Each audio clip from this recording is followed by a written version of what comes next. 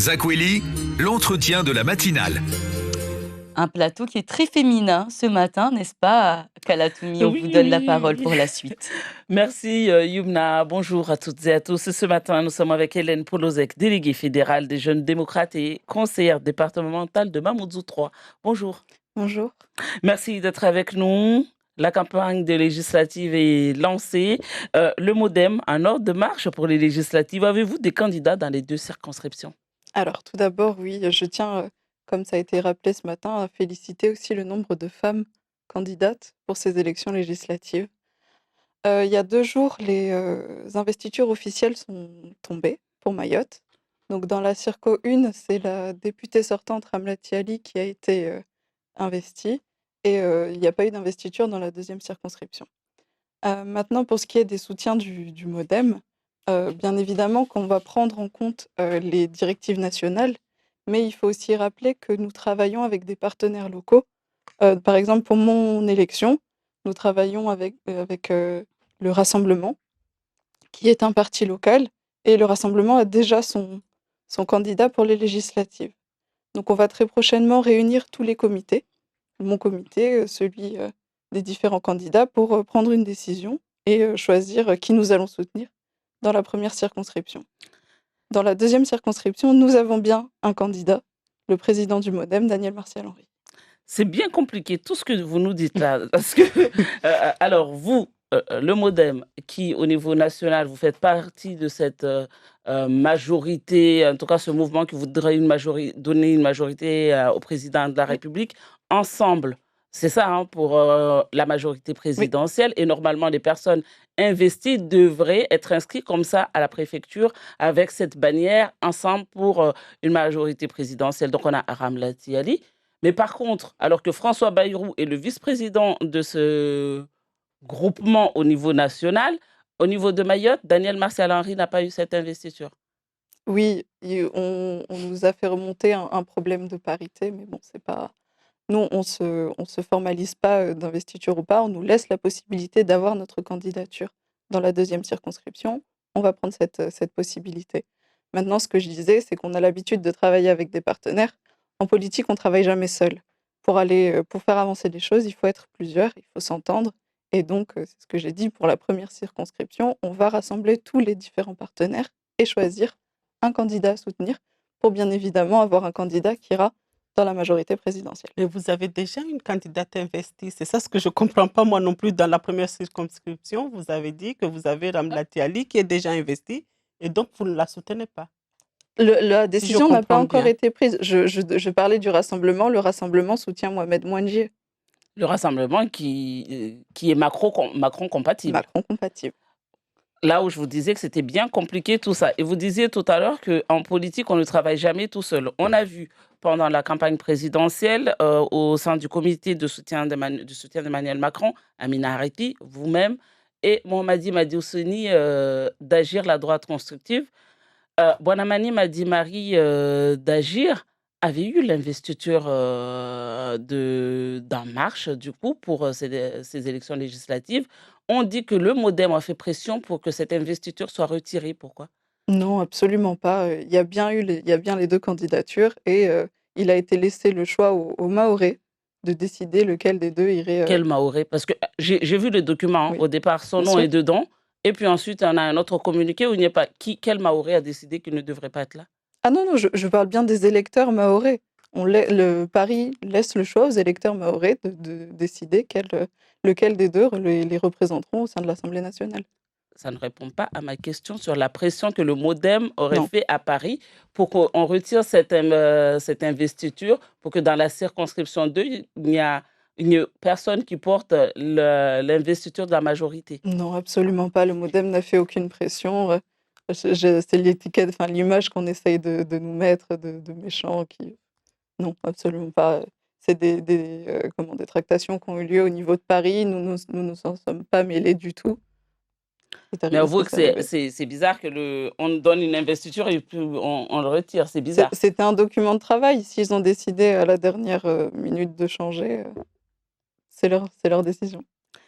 Au milieu de tout ça, Parce que on a vu, hein, vous êtes beaucoup, vous êtes très nombreux ici à Mayotte, en tout cas parmi les élus, à soutenir Emmanuel Macron, ce qui n'est pas forcément le cas de l'électorat local. Et vous Mmh. continuez. Comment vous allez vendre ça aux électeurs aujourd'hui, que ça serait bien d'appartenir à la majorité, d'appartenir, pardon, à la majorité présidentielle, alors que les gens ont rejeté cette politique macroniste à Mayotte? Alors justement pour les présidentielles, nous avions fait, des consultations de nos électeurs. Quand on regarde bien dans le canton de Mamoudzou 3, Macron est arrivé en tête au premier et au deuxième tour. Donc nos parrainages avec Sidi Nadjaïdine étaient en cohérence avec, ce que notre population, voulait. Maintenant, c'est vrai que c'est pas forcément le cas pour tous les autres territoires de Mayotte. On va continuer à convaincre, mais c'est très important, que les Mahorais comprennent que pour faire avancer les dossiers à l'Assemblée nationale, il faut être dans la majorité. Il faut être dans la majorité, sinon toutes les propositions de loi qu'on fait ne sont pas soutenues et donc sont rejetées. Ramlati Eli était bien dans la majorité, et pourtant il y avait des dossiers, des sujets qu'on attendait. C'est à Mayotte qu'elle n'a pas forcément voté. Oui, peut-être, mais en tout cas, c'est Pas c'est peut-être, oui. Parce qu'elle suivait la majorité, parce que c'est aussi ça. Et d'ailleurs, ça a été dit, hein, le but, c'est de soutenir, ça c'est Richard Ferrand qui le dit, d'accord. c'est pas moi, Richard Ferrand Mmh. qui dit qu'il faudrait soutenir la politique du président de la République. Ça veut dire que quand on est dans la majorité, on n'a pas forcément une marge de manœuvre pour dire non, nous rejetons ce que vous nous proposez là parce que ça ne nous convient pas. Non, il faut négocier, tout se négocie, c'est pour ça que je dis que c'est important d'être dans une majorité parce qu'il faut que lorsqu'on fait ces négociations, on soit soutenu. Quand on regarde, par exemple, les statistiques des 2 députés, de Ramlati Ali et Mansour Kamardine, on se rend compte que le député Mansour Kamardine a cosigné énormément de propositions de loi, mais que très peu ont été votées. Et contrairement, la majorité des propositions de loi co-signées par, Ramlati Ali ont été votées. On peut être dans une opposition constructive, comme vous Ah bien l'êtes au sûr, département, non? tout à fait, mais nous ne sommes pas en opposition ni à la population, ni, au gouvernement. Nous sommes en opposition à l'exécutif au département. Quand on a besoin de faire avancer des dossiers et que le département cherche à nous bloquer, on a toujours un moyen de pouvoir avancer. Je vais prendre un exemple très concret. Maïmounati Moussa Hamadi avait proposé une motion sur la sécurité qui a été rejetée, par le département. Elle n'a même pas été mise sur la table. Qu'est-ce qu'on a fait? Ça a été envoyé directement à Paris. Et Paris, on ira négocier. Bon, on a été arrêté un moment avec le renouvellement, enfin, avec les élections. Donc là, dès que le gouvernement est en place, on continuera notre lobby pour faire avancer les dossiers de Mayotte. Pareil, pour le dossier Zena Airlines. Le département ne veut pas le mettre sur la table, on va à Paris directement. C'est l'avantage d'être dans la majorité Vous allez à présidentielle. Paris, pourquoi? Pour qu'ils aient plus, parce que là, ce leur manque, c'est de l'argent, surtout. Tout à fait. On va chercher, de l'argent, on va chercher du soutien, parce que face à nous, on a quand même de très gros lobbies, sur ce dossier. Comment vous voulez appartenir à une majorité quand cette majorité ne vous donne pas l'investiture? Je pense à Daniel Martial Henry, au MoDem, François Bayrou, qui est au sein de cette majorité. Quand on ne vous donne pas les couleurs du parti, comment vous voulez quand même appartenir à cette majorité? Non, on s'offusque pas de n'avoir ou de ne pas avoir une investiture. On voit bien que ça n'empêchera pas d'autres personnes d'être candidats, heu, de ne pas être investis. Vous êtes sûr? Ah certaines. Euh, Le MoDem a obtenu de Renaissance à cause avec toutes ces discussions à peu près 101 à 110 circonscriptions. Du coup, Mayotte, on compte dedans ou pas alors? Non, Mayotte ne compte pas dans les 101, circonscriptions puisque là, on parle bien des investitures officielles. Et du coup, vous considérez où alors après, avec tout ça? Vous comprenez que c'est compliqué pour Bien les sûr, électeurs également je comprends. de pouvoir se retrouver. Comment vous allez expliquer tout ça aux électeurs et surtout cette question de la majorité une fois arrivé à l'Assemblée nationale? L'investiture n'est pas un problème. Pour les départementales, nous n'avions pas été investis. Pourtant, aujourd'hui, on travaille bien avec la majorité présidentielle. L'investiture, c'est une formalité. Maintenant, ce qu'il faut comprendre, c'est que nous, si nous sommes élus aux législatives, nous irons siéger dans la majorité présidentielle et on fera en sorte de faire avancer les doléances des Mahorais. On pense bien évidemment à la sécurité, on pense à l'égalité sociale, on pense à l'emploi, etc. Mais il faut se rendre compte que les gros dossiers, les grosses avancées pour Mayotte ont été faites quand les députés étaient dans la majorité. Je pense à l'application du Code du travail avec Ibrahima Boubacar. Je pense à justement l'arrivée de l'ARS de plein exercice, du rectorat de plein exercice avec Ramlati Ali. Ramlati Ali qui était là et pourtant on n'a toujours pas eu justement l'alignement des droits sociaux. On parle de convergence, mais on n'y est pas encore. Ça prend du temps, on ne peut pas tout avoir du jour au lendemain, mais il faut faire ce travail de négociation et pour En tant pouvoir que négocier, Mahoraise oui. et élue, donc élue par des Mahorais, ça ne vous offusque pas? Bien évidemment, nous avons déjà remonté en tant que conseillers départementaux, lorsque nous demandions des propositions pour la loi Mayotte, nous avons fait remonter que nous souhaitions une programmation précise euh, de l'alignement des droits sociaux.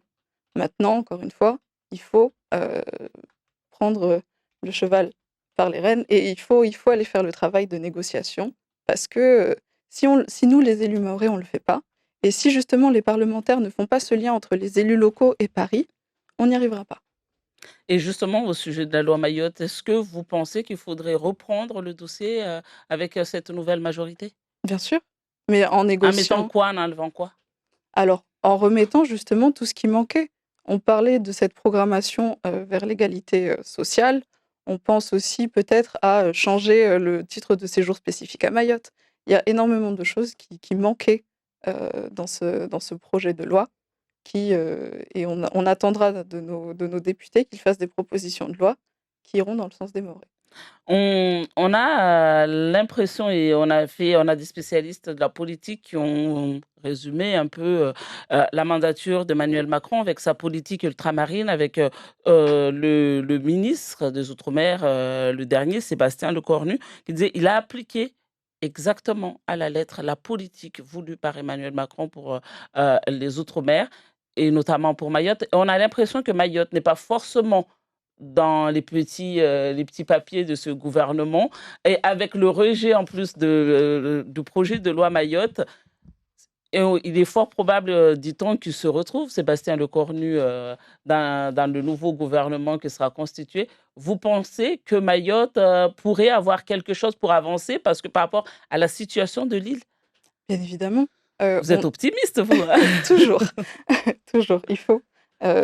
Donc, oui, le gouvernement, le premier gouvernement, enfin, pardon, le deuxième, puisqu'il y a eu plusieurs gouvernements, Emmanuel Macron, mais il faut savoir que on l'a beaucoup dit pendant les présidentielles, les moyens ont été mis sur la table. Maintenant, c'est aussi à nous, les élus locaux et les parlementaires, de prendre nos responsabilités.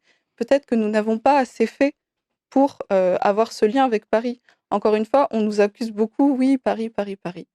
En fait, l'avenir de Mayotte, il se décide à Paris. Donc, si nous, on ne fait pas l'effort de faire un lobby nécessaire pour faire avancer nos dossiers, ça n'avancera pas.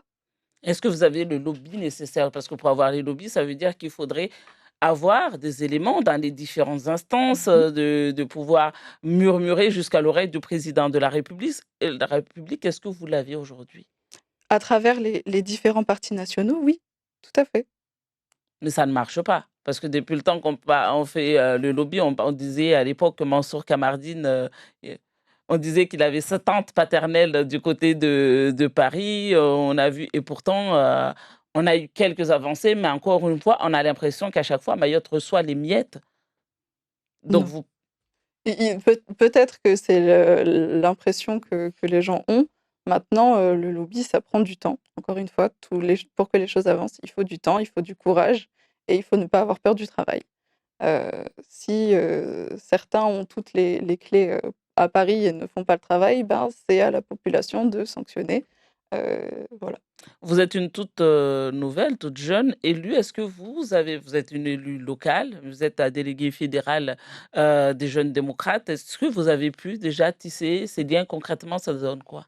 Alors, en 10 mois de mandat, j'ai déjà visité 5 ministères. J'ai déjà été reçue par plusieurs députés. J'ai déjà fait avancer certains dossiers. Comme par exemple? Je parle toujours de Zéna. Le problème, c'est qu'on avance un dossier à la fois et puis seul, on ne peut pas tout faire. C'est pour ça que je dis que c'est important qu'il faut qu'on travaille en groupe. Et donc, il faut des parlementaires qui soient aussi à l'écoute des élus locaux. Merci beaucoup, Hélène Polozek, d'avoir Merci. été notre invitée ce matin. Merci beaucoup. Merci également d'avoir répondu à notre invitation. Un entretien à retrouver sur notre site internet.